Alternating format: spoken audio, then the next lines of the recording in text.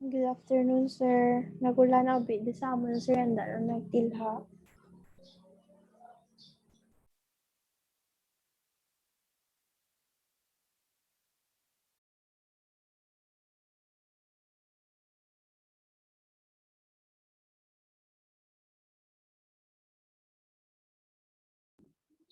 Good afternoon, sir.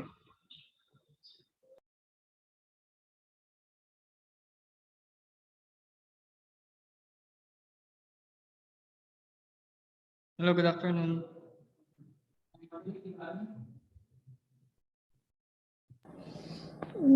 Butanda, sir. May pag sila ka ano, may pag sila ka scene sa group chat sa link.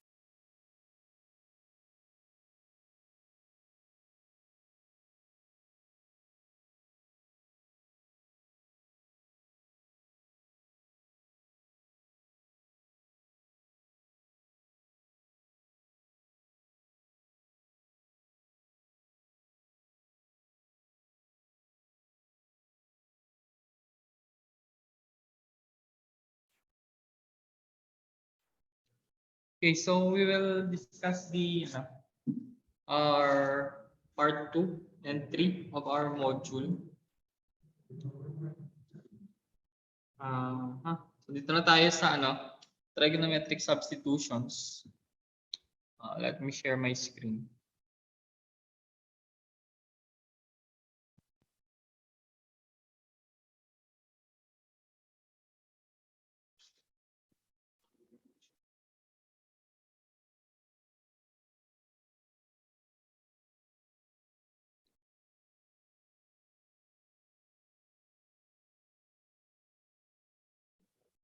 Ayan.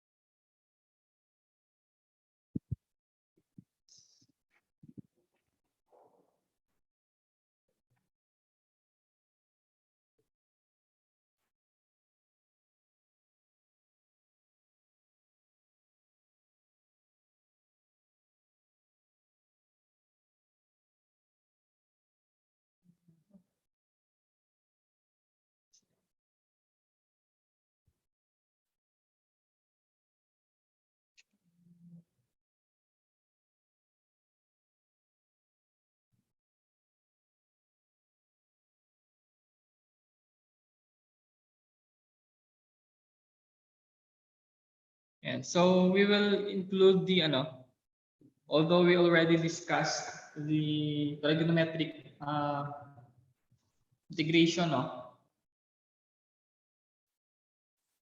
integration by substitution using trigonometric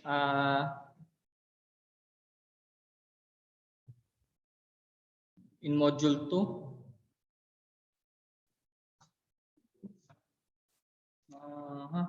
Ayan, so integration by substitution with the use of trigonometric functions. So already done with that. So it is just a continuation dito sa ating topic, that is the trigonometric substitutions. So wherein meron tayong radical na included. So we have the square roots of such functions. So we have 3 substitutions that can be used for the trigonometric substitutions. So first we have the integral with this radical format, that is a squared minus x squared. Yung a natin dito is constant, and then yung x is any variable. It might be y, it might be z, it might be theta. So it depends. And if our operator, or if our operand here is subtraction, so meaning nauna dito yung, that is the square root of your constant squared minus the variable squared, you will substitute x as equal to a, or this is your constant, sine theta. So here we will be using the trigonometric identities as well as your SOHCAHTOA. Yan. And for the second substitution, so this is in addition operation. That is a squared, or square root of a squared plus x squared. And then we will use x is equal to a tan theta. So, and for the third substitution, so we have the square root of x squared minus a squared. Ayan, so magkabaliktad naman yung sa number 3 tsaka sa number 1. So noon na yung variable minus the constant mo. Okay? So for that, we will use the second. So that is a second theta for the x. So we have here some examples. So first we have here example number 1. So discuss natin yung operation niya with the use of substitutions. So here we let x as equal to 2 sine theta. Okay? So saan ba ito nakuha? So notice that the radical here is now na yung constant. So that is square root of 4 minus x squared, or it also equal to 2 squared minus x squared. So yung a natin dito would be yung constant natin would be yung 2. So substitute natin yung x as a sine theta. So therefore you have your 2 sine theta for x. Then derive natin to get the dx. So derivative of the 2 sine theta is just 2 cosine theta d theta. Yan. Then for the x squared, so this is just the square root of your x. So that is 2 squared sine squared theta, or that is 4 sine squared theta. So therefore, the equivalent value of this radical, or of this function, is equal to, substitute lang natin yung value ng x squared. Okay, so that is square root of 4 minus x squared. X squared natin is 4 sine squared theta. So that is 4 minus yung x squared natin, ito na siya, 4 sine squared theta. And then factor out natin. Okay, so factor out natin to. Then simplify the equation. So you have the square root of 4 times 1 minus 1 sine squared theta. Or pwede na rin tong pwede man siya mahimo nga, no? 4 times 1 minus sine na lang, no? Hindi ka na mag 1 sine. But for the para makita natin siya, so it included the 1. So it is just the same, no? Factor out na lang yung 4. So your square root of 4 minus x squared now is just equal to 2 cosine theta. Ayan. Now with this equation, or with this function now, pwede na natin siya magamit dito sa original niya na format. So we have x squared. Okay, yung x squared natin is 4 sine. Okay. So substitute squared dito, which is ito. Okay, so therefore, equal to it. Your that is 4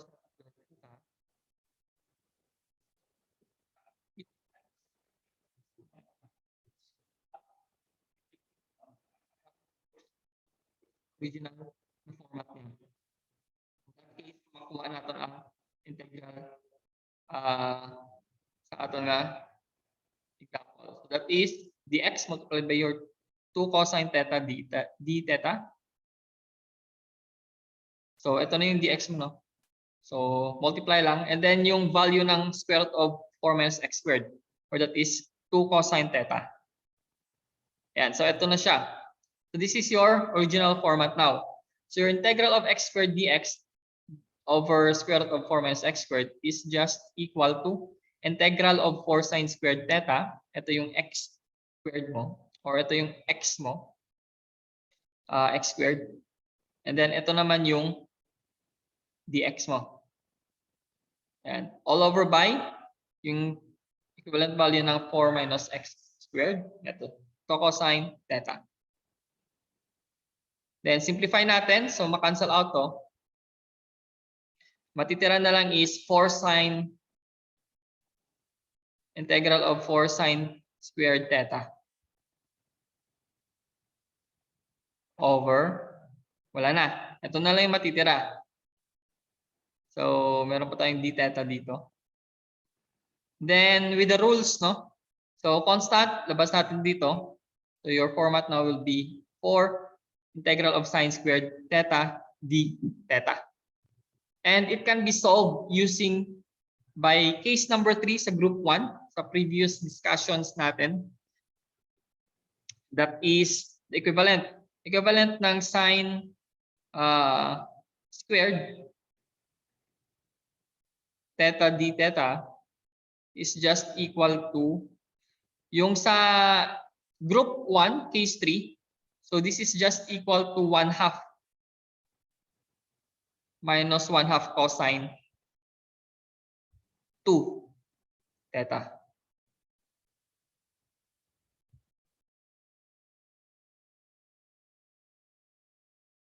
Yan, ito yung equivalent niya. So therefore, your equation now would be 4 integral of 1/2 minus 1/2 cosine 2 theta d theta. So review nyo lang ito, yung group 1 case 3. So that is sine squared u equal to 1/2 minus 1/2 cosine 2u. Yun yung sa case number 3 natin. Sa group 1. Then, do with the integration. Integrate natin to. So now that is 4 integral of 1/2 or integral of 1/2 minus 1/2 cosine 2 theta d theta. So that is integration by parts, no? Or integration by hindi siya integration by parts but integration by operations, no? So isa-isa to siya. So that is integral of 1/2 times 4. So this would be 2 na lang, no? And then so this is just integral of 1/2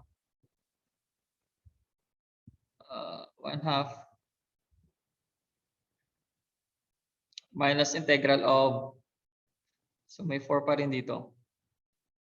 Yan. Integral of 1/2 cosine 2 theta d theta. And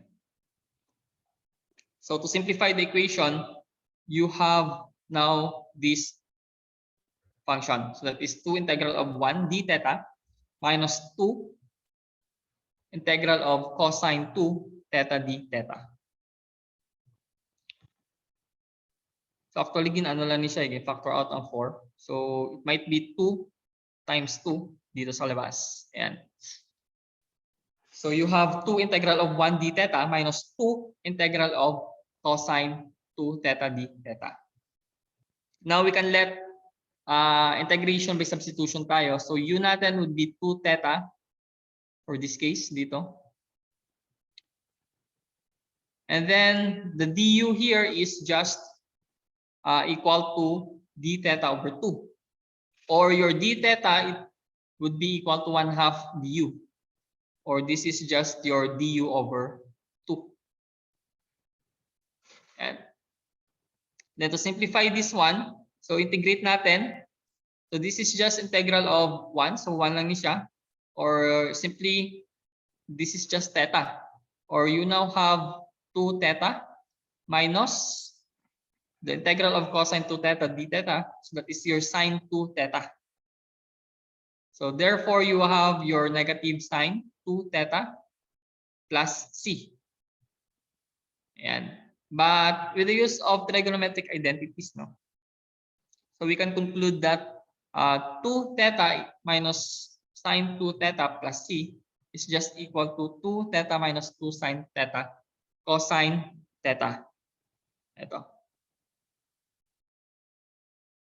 Ayan. So this is just your trigonometric identities.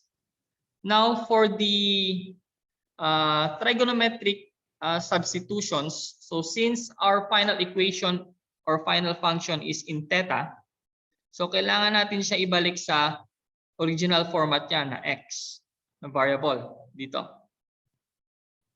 Sa example natin. So with the use of right triangle, ito na yung SOHCAHTOA natin. Ito yung gagamitin nating reference, no? Yung right triangle natin. So we have the angle here, theta. And since we have two functions here, two trigonometric functions, that is sine. Okay, so you have your negative 2 sine theta, and then you have your cosine theta. Then you have also your 2 theta. So we need to get the value of these three parts or three components now. So since x is equals to 2 sine theta, so saan ba nakuha yung yung 2 sine theta na x? So yun yung kaninang nilet natin. Ito. So x is equals to 2 sine theta. So therefore, we can assume that with the use of SOHCAHTOA, okay, so SOHCAHTOA, so sine theta is equals to opposite over hypotenuse. Or your sine theta now just equal to x over 2. So transpose mo lang yung 2 dito sa kabila. Or divide both sides by 2. Pwede rin. So therefore, you have now your sine theta that is equal to x over 2. Or simply, this is just your opposite over hypotenuse. So we can create it using the right triangle wherein yung hypotenuse nyo is 2. Wherein ito siya. Ito na yung hypotenuse mo. And then, of course, the opposite is, ito yung opposite ng angle, which is your x. Okay, so ito yung opposite mo. And then, of course, the remaining side would be your adjacent. Ayan. So, sine theta, meron tayong value na x over 2. For the angle theta, yung theta na to is just equal to arc sine. This is just the inverse sine of your x over 2, or that is your opposite over hypotenuse. Arc sine lang to yung yung para makuha natin yung theta. And then for the cosine, so cosine is just a lang to adjacent over hypotenuse. Ito. Okay.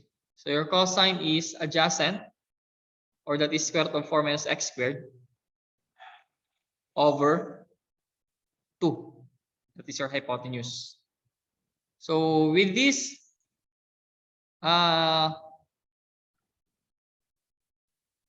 we can now substitute our original format. Wherein, ito yung original format natin. Then, lagis na tayo ng trigonometry substitution.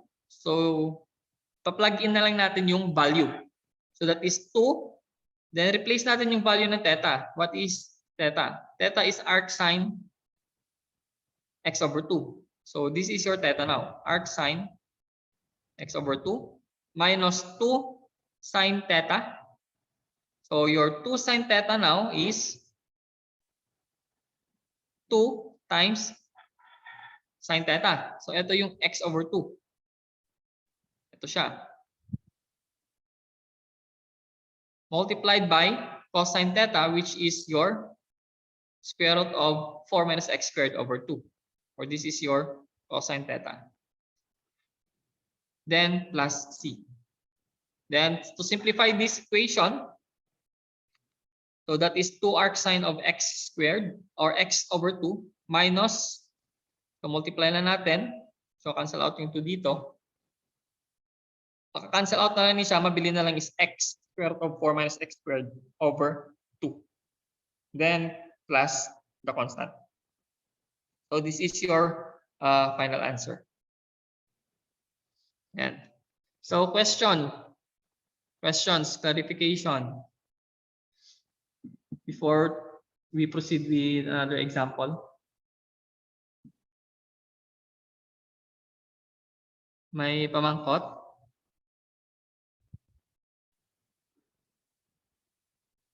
Wala. Sige. So, continue. So, we have here another example wherein kung makita nyo yung format natin. So, we have a different form. So, positive naman siya. So, constant plus variable. So, here, we can assume that this is with the use of tangent. Okay, so therefore, yung x natin is equal to constant tangent theta. Constant tangent theta. Ayan. Or this is just your y, no? So, palitan natin ng y ito.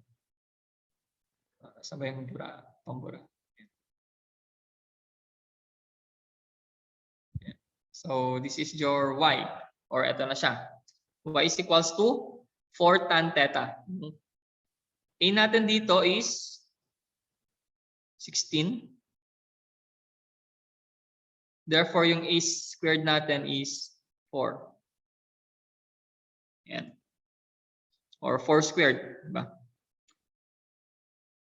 So you have your 4 tan theta. So derivative of this, so you will have now your dy or the derivative of y. That is 4 secant squared theta d theta. So this is just the derivative of 4 tan theta. Ito. That is your secant squared theta d theta. Yan. Then we solve this one.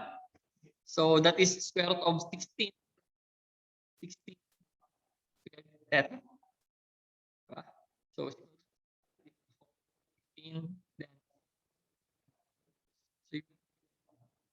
16 theta. Okay.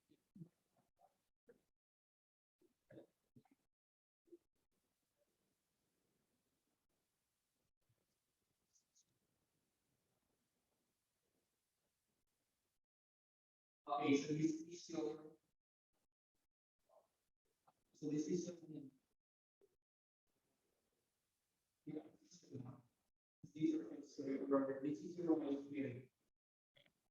yung y squared mo wala dito nakalagay. So y squared mo is just the squared of this, so that is 16 tangent squared theta. Ayan. So you have now your constant plus y squared. Yung y mo is ito. Diba? Yung a mo is ito, 16. Ayan. So this is now equal to 4 secant theta. Ayan, square root lang natin.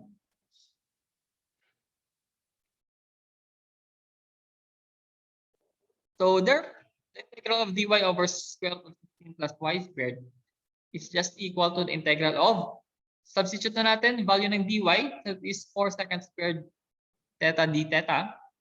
Ito. This is your dy. So substitute natin. And then your square root of 16 plus y squared. This is now your denominator. That is your 4 second theta. Then simplify this one. So ma-cancel out. Isa. Natira na lang is second theta d theta. Then do the integration. Okay, so integrate natin to.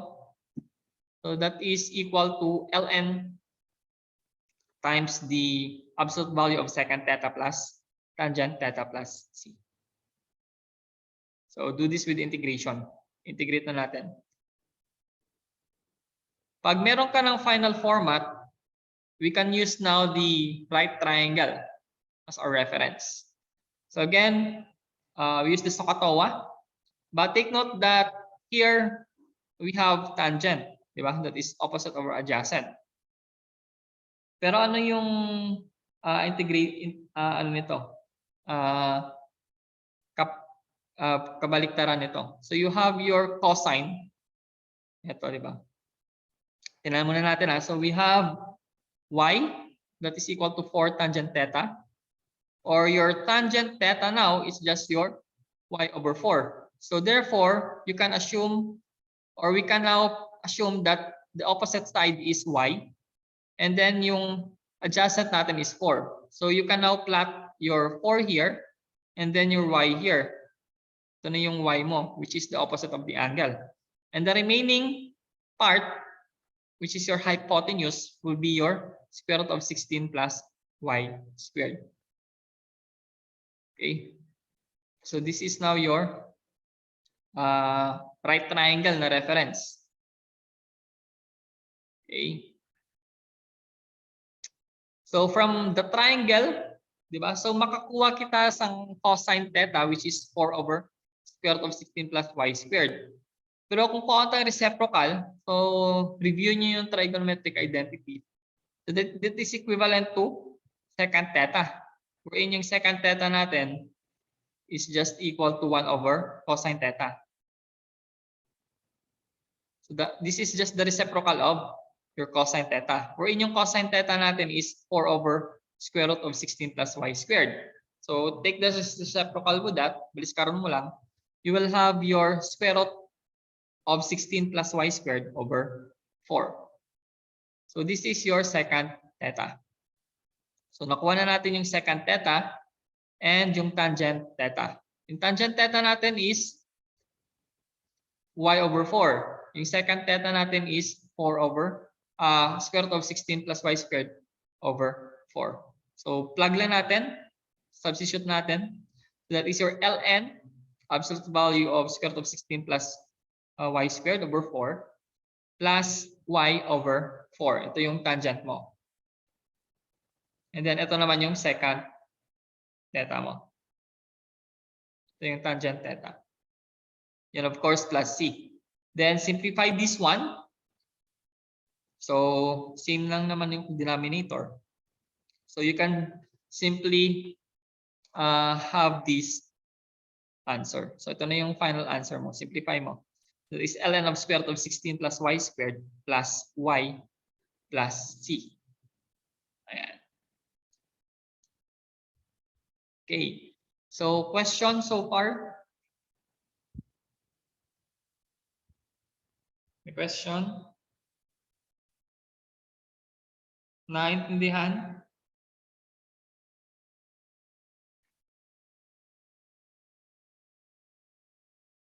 Okay. How about this example? So the same process tayo dito. Okay. But in this case, no, we have limits. Ayan. So nag-apply tayo ng limits dito. But still we use the trigonometric substitution for this case. No? Ayan. So this is just a 3 over 2. So in-expand lang natin dito. In-expand natin. So this is just equivalent to x squared minus 1 quantity square root of x squared minus 1. Okay, so para madali na siya i-solve, no? Like this one. So, pwede natin siyang ma-expand. Okay, pwede natin siya ma-expand or you can factor it out. Then for this case, we have substitution.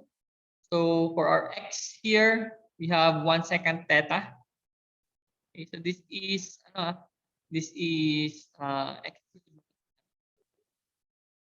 Okay. So ito siya. So that is x. Ito solution. So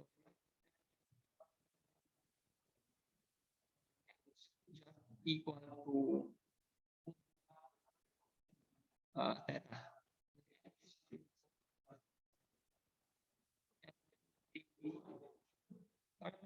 Tayo dito. Kiblan nato ni siya. Okay, so diri kita gabari magyapon sa numerator. So you have your x cubed. Yan. And then for the dx, you have the derivative of 1 second theta, or that is second theta tan theta d theta. Yan. So you have now your x cube. Ito sa taas, numerator, dx. So ito na yung sa dx mo. All over by, so divide natin by, anong equivalent nito? Value natin for this, ito. So you have your x squared minus 1 raised to 3 over 2. Or that is second squared theta minus 1 na. Okay? So you have yung x squared natin. Okay, so yung x squared natin, that's second squared theta. Yan. Minus 1. Yan. Ano to siguro ano lang to, typo error lang to. So yung numerator nito, yung denominator nito is x squared minus 1 mismo. Hindi yung x2 minus 1. Okay, so yung minus 1 is nasa baba. Yan. 3 over 2. Kasi maglasa ka mo. So the same process, simplify natin to. So trigonometric identities, your second squared theta minus 1. So you have your tangent squared theta. Ayan.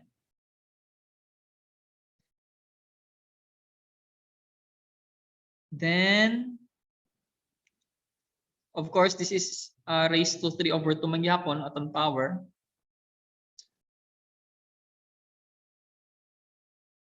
Or you have now your tangent cube theta. Yan. So you now have your denominator. Ito na yun. Ito. Meron lang mali dito sa kabila. Yan. So therefore, x cubed dx over x cubed minus 1 quantity 3 over 2 with the limits of 2 over 2 to 2 is equal to the integral of cube. Ito na yung x cube natin. That is cube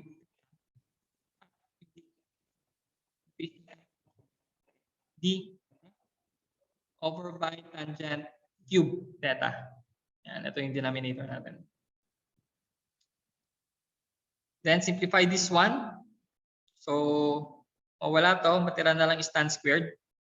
You have your second 4, multiply lang to, add tayo ng exponent. So second fourth to the fourth power theta over tangent squared theta. Then you have your limits, that is 2 over square root of 3 to 2. And then expand natin. So what is the value of this one? So ano ta lang siya? Pababaw to siya danay. So you have your inverse, magiging negative 2 na ni siya. Diba? So gin-inverse na ni siya, gin-inverse ta. So magiging tangent raised to negative 2 theta. Para maka multiplication. Multiply to siya. multiplied by secant squared theta d theta. So ito, in-expand natin. So this is just secant squared theta times secant squared theta d theta. Ito, hindi pa babaw to siya. Hindi pa babaw tani siya. Yan. Then do the trigonometric identities for the second. So this is using the group 2 case number 2. Okay. So group 2 case number 2. So this is u du. Yan. So case number 2. So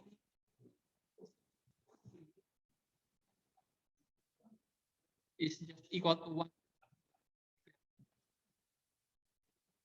Yan. So that's why yung ito.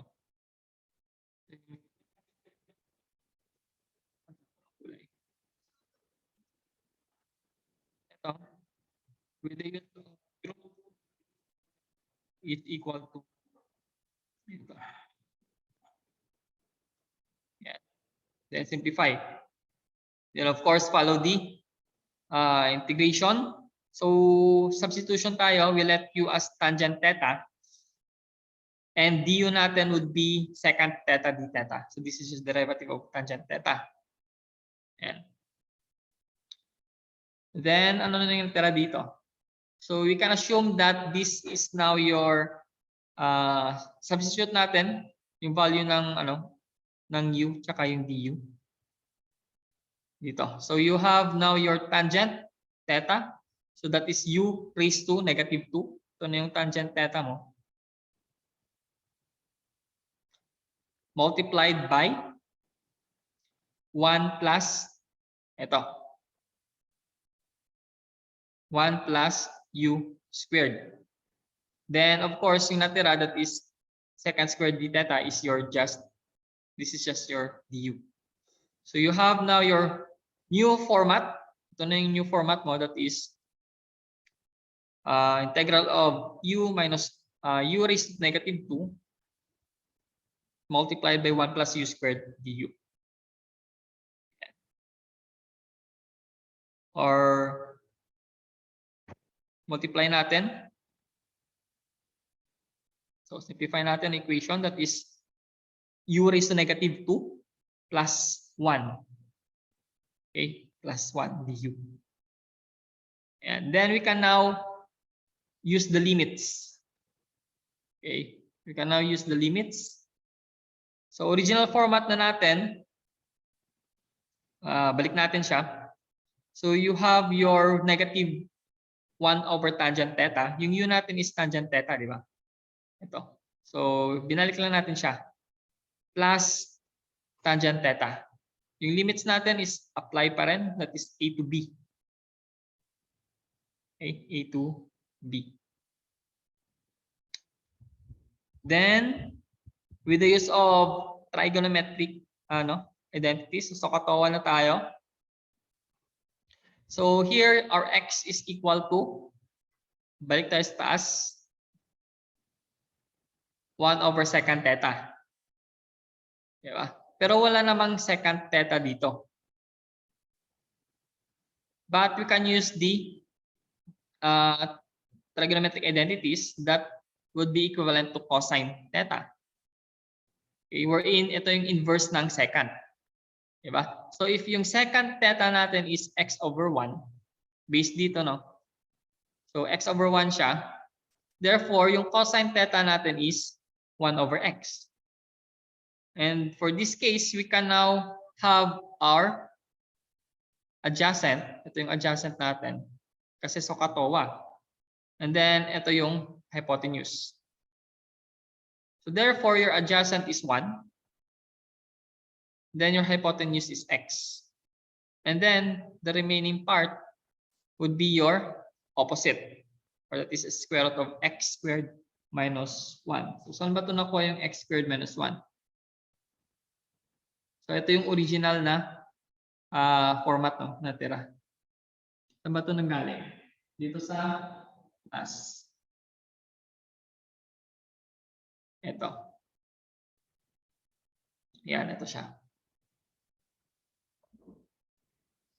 Okay, so ayan ito yung sinubstitute natin kanina, di ba? Okay, so therefore you have now your tangent theta that is equal to opposite over adjacent. Or that is x squared minus 1, square root of x squared minus 1 over 1. Or simply, this is just square root of x squared minus 1. Now, going back sa original format, so substitute lang natin yung value ng tangent theta. Okay, so tangent theta is just your x, square root of x squared minus 1. So you have your negative 1 over square root of x squared minus 1 plus yung tangent theta mismo. So that is square root of x squared minus 1. Ayan. Over 1. Okay. So of course, we have the limits here. So dyan pa rin. Sa later part mo siyang limits na i-evaluate natin. Okay. So expand natin to. So you will have your negative 1 over square root of 4 minus 1 plus ito kasi yung x natin is 2, di ba? Tama ba? X squared. So 2. So magiging 4 siya. Ito. Okay. Substitute na natin yung limits. Okay, so first limit, so upper minus lower, di ba? So upper limit minus lower limit. Ito yung pag-integrate natin. So integral nito with the use of upper limit minus the integral of ganito. Okay, so this is in application na ng limits. Ayan, tapos na pala tayo sa integration. No? So ito na pala yung value ng integral. Ayan, so panghuli yung limits. Okay, ito na yung integral na format natin. Then we just apply the limits. Ayan, so substitute natin. X natin is 2. Dito rin. Minus the lower limit. Lower limit natin na x is 2 over square root of 3. So that is y minus negative 1 over square root of 4 over 3. Okay, so this is just inverse of 2 over square root of 3. That is 4/3, no? Of course, minus 1. Then the same. Okay, so x squared minus 1, or that is 2 over square root of 3 squared minus 1. Okay, yan. Then proceed with the operation. So simplify lang natin. That is negative 1 over square root of 3 plus square root of 3 minus the lower limit natin. That is negative 1 over square root of 1/3 plus square root of 1/3 over 1. Then proceed with simplification. So the most simplified format now would have ito. So this is now your answer.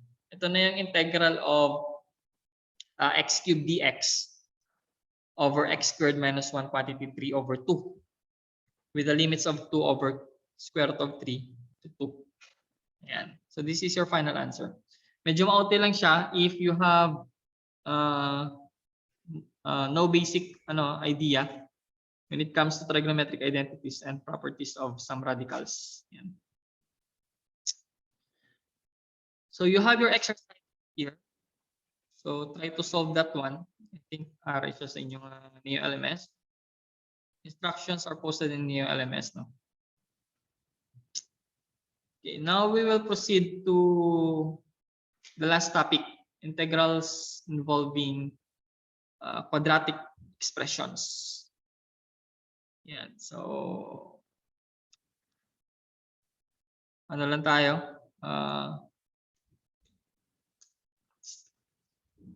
Check some examples here. Ayan. So when the integrand contains a quadratic expression, so mostly siguro nasa denominator to. Meron tayong quadratic expression ax squared plus bx plus a. Wherein yung a, b, and c natin are constants. So one possible approach is to transform the quadratic expression into a sum or difference of a perfect square. Okay, so here we will use the perfect square formula. And so you can use the perfect square trinomial and a pure constant. So this technique becomes a necessity, especially when the integral cannot be solved by any previously learned method of solutions. So the following examples will show how to easily transform any quadratic expression into a sum or difference of a perfect trinomial and a pure constant. So ano lang tayo? In our example here, I think we use the perfect square formula lang. Wala pa kita kalabot sa perfect square trinomial. But the same pa rin, the same approach.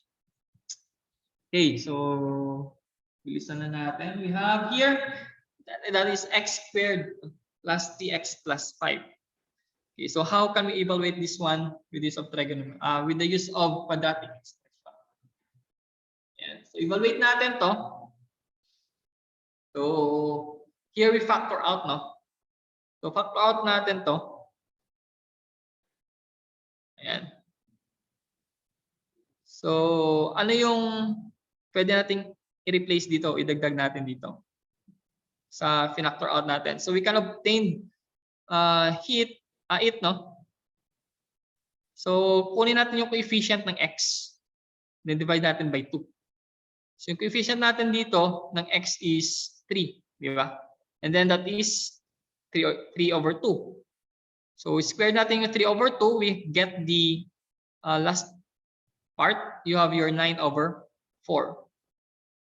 Okay, so we factor out and then we use the perfect square formula for this one. Okay, so dito that is x squared plus ito kasi magiging ano to eh. So kung evaluate natin to kasi shortcut na to, no? Shortcut na to. So this is just equal to x squared, di ba? So evaluate natin using the perfect square formula plus ito yung 3x natin, that is with this perfect square magiging 2x multiplied by 2x times 3/2, or that is 2x 3/2. This is your coefficient plus ito or yung 9/4 mo, pwede natin siyang evaluate as 3/2 quantity squared. Yan. Plus ito 5 minus 9/4, or this is just simply as kunin natin to yung gawin nating multiplication. So this is just 5 times 4/4 minus 9/4. Ayan. Then simplify this one. So you have now your x plus 3/2 quantity squared. Ano siya?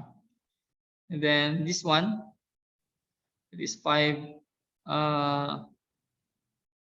times 4 minus 9. So you have your 11. So 20 minus 9, 11/4. Ayan. Okay. So shortcut lang to. So therefore, your x squared plus 3x plus 5 is just equal to x plus 3/2 quantity squared plus 11/4. Ayan. Okay, so ito yung explanation bakit na ganito siya. So this is just 5 times 4/4. Kinuha natin with the use of denominator. Factor out natin. And then multiply. So 20 minus 9, so 11. And just copy the denominator over 4. How about here, second example. So we have 2x squared minus 4x. So the same, no? So the same as sa example number 1. So kinuha lang natin yung coefficient. And okay, so dito tayo sa example number 3. So last na lang to, last. before tayo mag-end. So here we already evaluate this one sa example number 1. No? So completing the square dito. So equivalent value niya is ito na, di ba? So therefore the integral of dx over x squared plus 3x plus 5 is just equal to dx over x plus 3 over 2 quantity squared plus 11 over 4. So ito na yung equivalent ano niya. So here we let y, that is x plus 3 over 2 quantity squared. Diba? So this is your y squared plus a squared. Tama? So meron tayong constant dito, meron tayong variable dito na kasama, that is x. So anong ito? So saan ba ito na-belong? You have your y squared plus 11 over 4. Then yung dy natin, gawin natin dx. So here we let y is equals to x plus 3 over 2. Then yung dy natin is your dx. Yan. Of course, this is the derivative of y, no? Derivative of x is just dx. So derivative of a constant is 0. Okay? So bakit naging dx na lang yung natira dito? Okay? So review nyo lang yung differential calculus. So now we can assume that the integral form of this one will be dy over y squared plus 11 over 4. So just take note of our substitution kasi babalik din natin yun mamaya. Okay. So thinking that u squared is equal to y squared. Diba? So meaning yung y natin is just equal to u. And then yung a squared naman natin is 11 over 4, or this is square root of 11 over 4 or square root of 11 over 2. Diba? So ito na yung a natin. Now with the use of the general integral formula for this one, if we integrate this one, you have your if you can remember, no? So this is just the integral of du over a squared, di ba? A squared plus u squared. Oh, bakit ba yan? U squared. Yan. So ito yung general formula natin. Ito yung integral general formula number 14 natin. So this is just equivalent to 1 over a, wherein yung a mo is your constant. Diba? Ito yung constant mo. Arctangent of u over a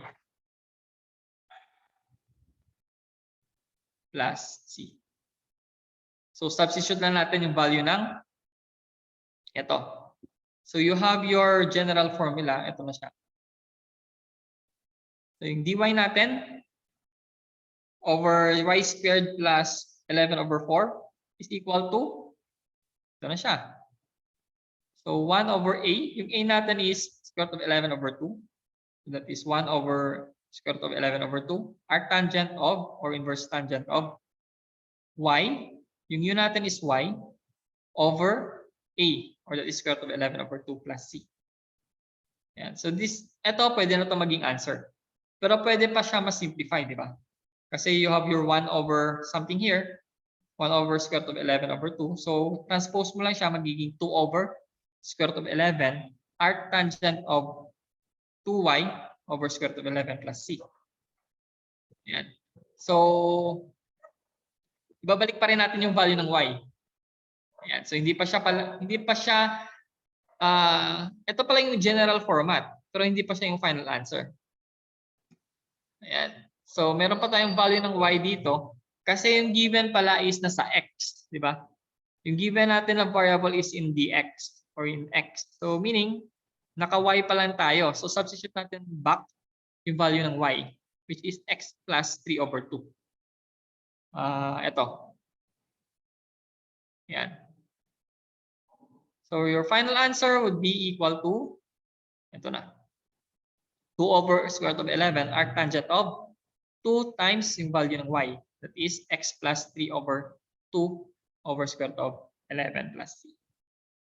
Ayan. So questions before we end our discussion? Clarifications? None. Wala? Sige, so we will have our next discussion by Thursday. The next topic, no, subtopic of module 3, that is 3.4 to 3.6. Okay, so for your activity, you have your evaluation exercise 3, I think, posted in your LMS. And if you have some questions, no, kung nag-solve na ka mo, you can just PM me if you're unsure on what you're doing. Maybe I can help. And okay, so thank you for attending our class and see you by next meeting. And thank you. Bye-bye. Thank you, sir.